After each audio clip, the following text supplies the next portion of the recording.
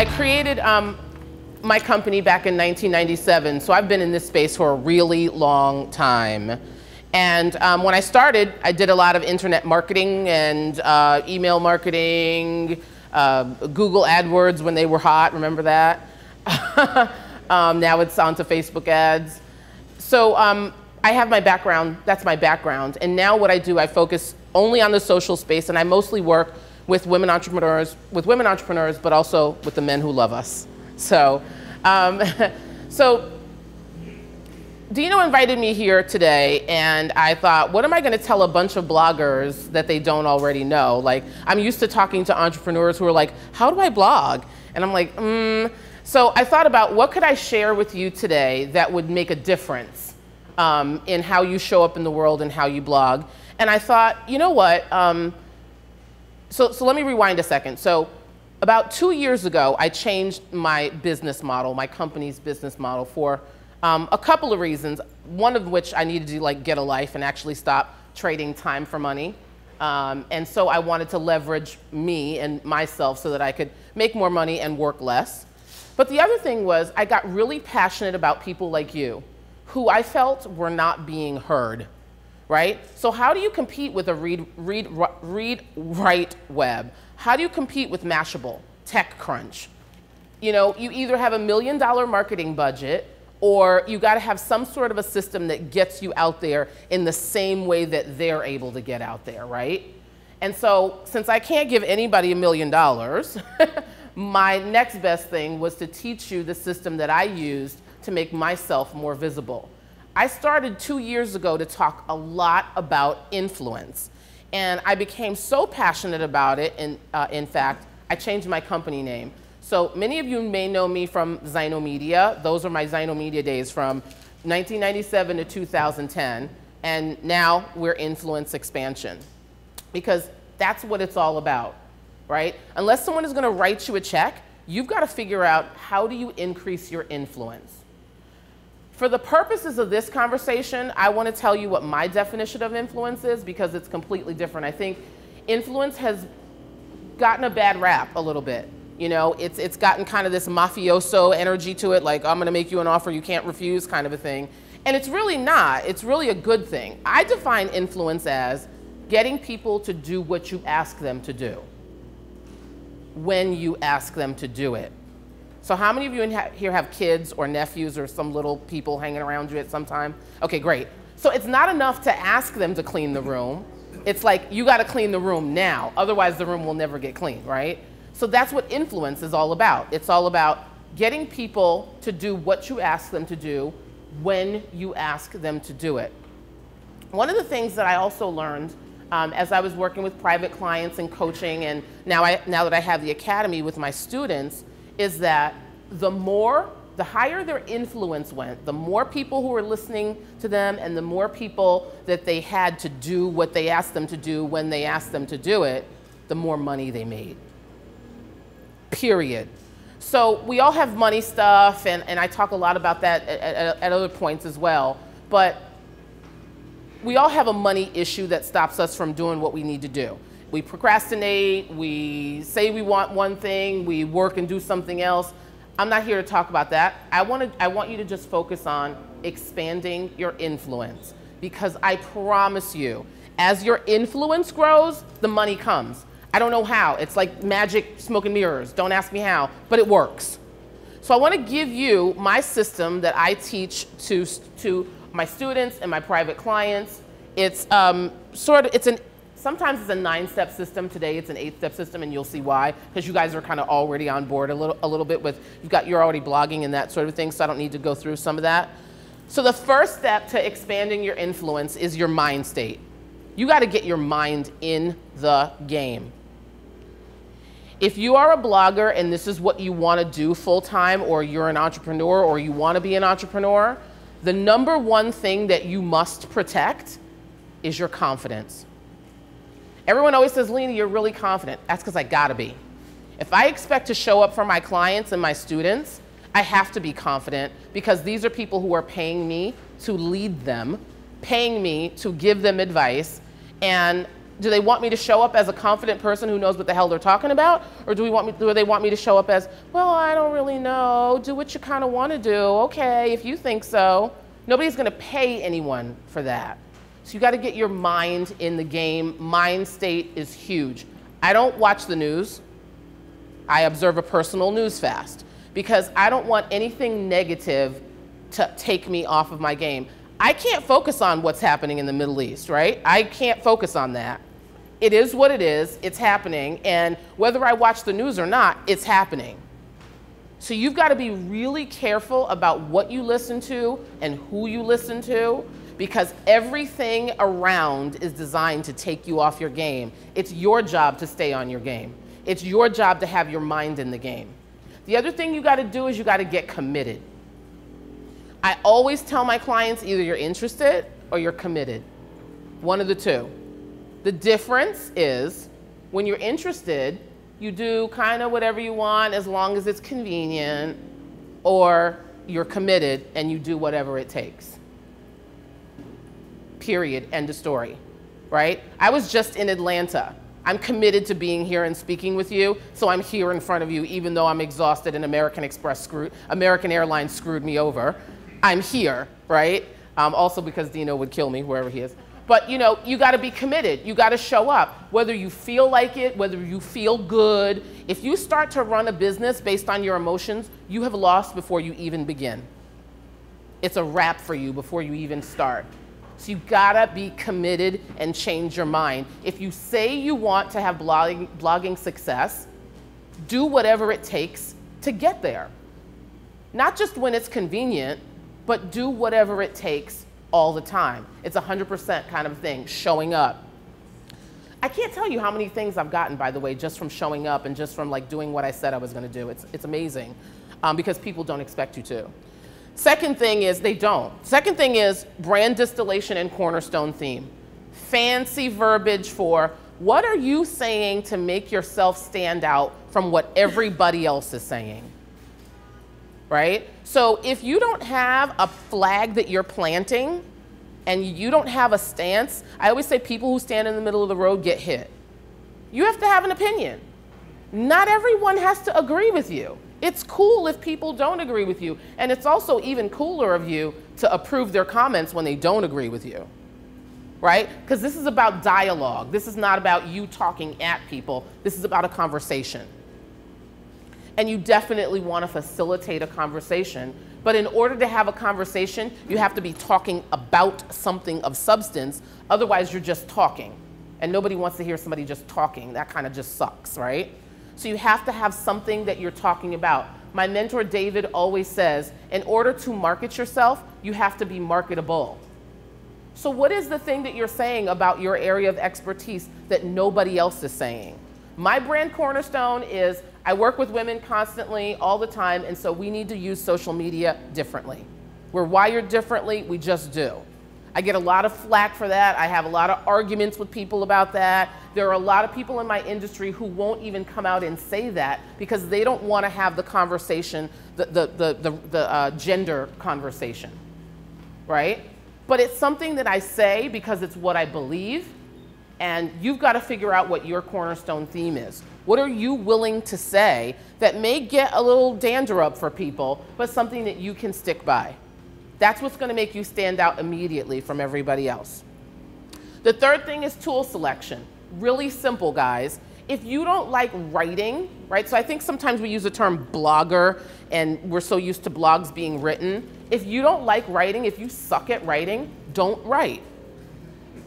Like newsflash, right? Start a podcast, right? If you don't think you look good on camera, I don't give a damn how many people are telling you video's hot, video's the next thing. Don't turn on the friggin' camera and stand there and say, hi, my name is Lena, and I want to talk to you about the iPhone. If you are like panicked about a camera, don't turn on a camera. Do you. Just do the thing that you're good at. Just stay in your lane and do what you're good at, and people will resonate with that or they won't. Either they're going to resonate with it or they won't. The people who don't, Those people were never going to give you a dime anyway. They were never going to become customers or clients or anything like that. They're not your people. They're not your tribe. Be okay with that. Fourth thing is your content map. So Jeff said this, get your content together. We have a client who has a rocking website. Love it. It's a destination website for all things cool and trendy for the Sex and the City set in New York City, right? They write a lot about New York City. It's a really hot topic, and they will not get ahead of their content. I have pushed them. I have given them a cattle prod in the ass. I don't know what else to do, but they won't get ahead of their content. And you know what? It's costing them. Really awesome site, but if you are feeding a content beast and you don't get ahead of your content, you're screwed before you start. You are a blogger, which means you must create content. You must create content in some way, shape, or form for people to consume. You stop doing that and you stop feeding the beast, and the beast goes somewhere else to get fed. That's how it works. They don't care whether you had a good day. They don't care whether American Airlines screwed you over. They don't care whether you didn't have your mocha chocolate, whatever, from Starbucks this morning. No one cares. What they care about is, are you giving me what you said you would give me when I started reading your blog? And if you're not, they're out of there. Period, end of story. So get your content together. Get ahead of your content. Fifth thing is time and resource management, right? So I am big with time. Even my friends have to schedule to talk to me. And I'm not giving you a line of BS like that's serious. I make time for them, but I need to know what am I doing and when. People tell you that time is money, and that is the biggest lie that has ever been told. Time is not money. Time is not money, because money, you can lose it and make it again, and then make it, and then compound interest and make it back. I mean, look at somebody like Donald Trump, like prime example, right? Lose it, make it, lose some more, make more. Time, once you spend it, you don't get it back. It's gone. You will never see that 2 hours you just wasted on Facebook again. It's gone. So you really have to start to make some choices about who has access to you. This includes who you listen to, the bloggers that you read, all of that. You've got to start to make some hard choices about who has access to you, how long they have access to you, and when and where they have access to you. And this is going to turn you into an asshole to a lot of people. Who cares? Right?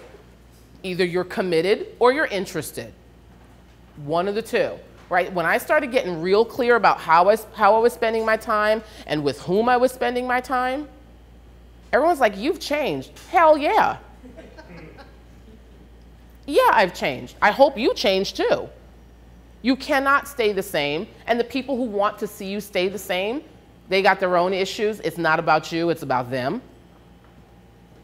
So be really clear about how you use your time and your resources. Resources meaning anything, any currency, when you call in a favor from a friend, right? So there are times when you gotta use your judgment. Am I gonna call this person and ask them this question really, really, really, when I may need them to do something else for me later? When are you going to apply your influence, and when are you not? When are you gonna put it out there, and then when are you gonna push back, and when are you gonna pull back? All of these are judgment calls, and you gotta have discernment, and you've gotta start using your judgment. The fifth thing is influencer identification and engagement. Really fancy terminology for who knows who you need to know. Now, you can try to go out and contact people onesie-twosie style and try to get people to read your blog, but I made a conscious decision in the very beginning of my career. So I think, like, I don't know, maybe it was 4 or 5 years, I didn't have my own blog on purpose. Because when I started, I thought, well, who's gonna listen to Lena West? Like, who gives a rat's ass? Aw, whoever said that. Dino.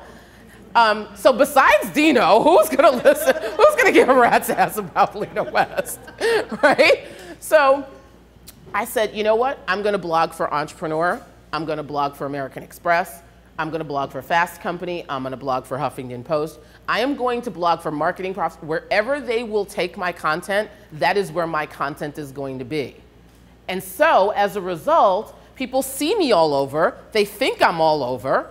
And now it's like, oh, popularity frenzy, right? And this is how you get invited to conferences to speak. This is how you get paid writing opportunities. So when I initially wrote for American Express, I wrote for them for free. And then when they came calling, and I'm like, okay, now you got to pay. But that only happens with your influence and as your influence grows, right? So you make the decision. How do you want to get to your influencers? I made the decision, I don't want to write my own blog. I'm just going to go out here and I'm going to blog for all of these influential markets, all of these media outlets. And then later on, I'm going to start my own blog, which obviously I have now. The seventh thing is metrics and reputation management. You have to start paying attention to your numbers. Really quick story about Entrepreneur Magazine when I was actually a blogger and a columnist for them. I get my stats once a month from my team. They send me a monthly report of my numbers across my online enterprise. I call it the enterprise, yes. It feels right to me. So I get this stats document, right? And it's all how many people read your blog, how many comments, how many visitors, blah, blah, blah, the usual stats. And I look and I see under Entrepreneur Blog, I see like 586 or whatever the number was. And I'm like, what? I'm used to like thousands, tens of thousands.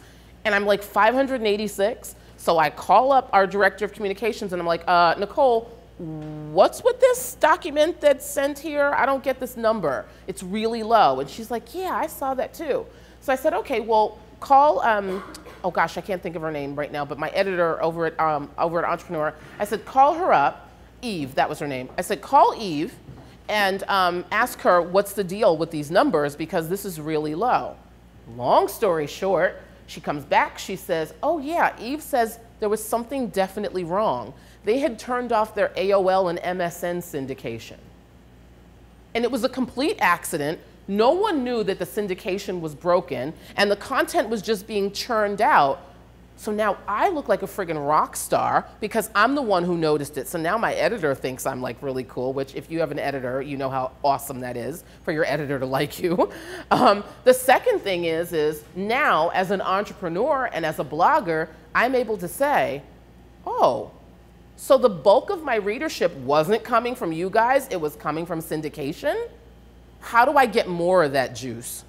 And she said, all you got to do is write more. And I said, cool, I'm going to do that. Now I am able to really predict and dictate how many people see me at any given point, all because I'm paying attention to my numbers. Start looking at your metrics, start paying attention. Even if the numbers don't make sense right now, it's like your bank account. At some point, it will start to make sense if you pay attention. Reputation management. I spend a very short amount of time on reputation management just because I think, you know what people think about me is none of my business. If you like me, cool, you're in my tribe, and if you don't, well, you know, I hope you find someone who likes you.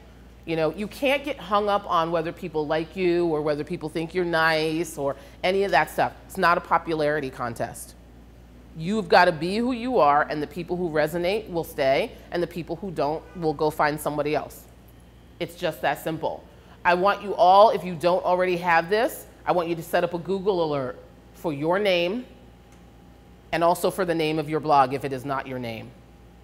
Because you got to start paying attention to what people are saying about you. You may not really get into it, but you need to know, right? So set up a Google alert and make sure that it's a daily alert that comes to you, because then you'll start to see what's being said about you. And it's also a feel-good thing. You know, when I get a Google alert, I'm like, oh, somebody loves me. They're talking about me, right? It's that confidence thing again. And you know, you guys you may not want to admit it, but it is a confidence booster. It does make you feel good. It gives you a warm and fuzzy. And the last thing is taking things to the next level and getting accountability. I'm going to tell you this. My business didn't start to skyrocket until I started working with a coach. You cannot do this in a vacuum. You cannot build what you want to build in a vacuum. It's not going to happen. I can promise you that. Not at the rate you want, not in the way you want, and not probably what you're imagining for yourself, your future goals. I don't care what you do to get to your next level or how you decide to do it. I'm just saying do it. I've been in business since 1997, and every single morning, every single weekday morning at 8 a.m., I talk to my daily accountability partner and have been doing it for years. Every morning at 8 o'clock, we talk. You have got to find somebody. I don't care if you find somebody here. I don't care if you go on Tribe and write a post about it and ask for a buddy. Find an accountability partner. Find a coach. Join my academy. I don't care what you do. Do something so that you are accountable. Because if left to our own devices, we run our businesses and we run our blogs based on our emotions, and that's not what gets you to the next level. So I think I'm out of time, right? Sure. Okay. Don't you love Dino? He's like, yeah, whatever you want. Dino, just write that $1 million check out too. Yeah.